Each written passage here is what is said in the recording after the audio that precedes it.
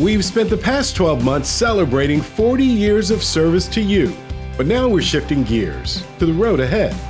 Already busy with the METRONext Moving Forward plan, which got the green light from voters in November. Your input will continue to be crucial as we roll out 500 miles of travel improvements, including 75 miles of new Metro Rapid service along 5 heavily traveled corridors, 1 to Bush Airport. It's like light rail on rubber, with buses getting their own lane.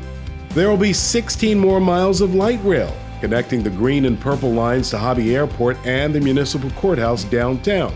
The red line will be extended to the North Shepherd Park and Ride. We'll add 110 miles of two-way HOV lanes, along with more community connectors.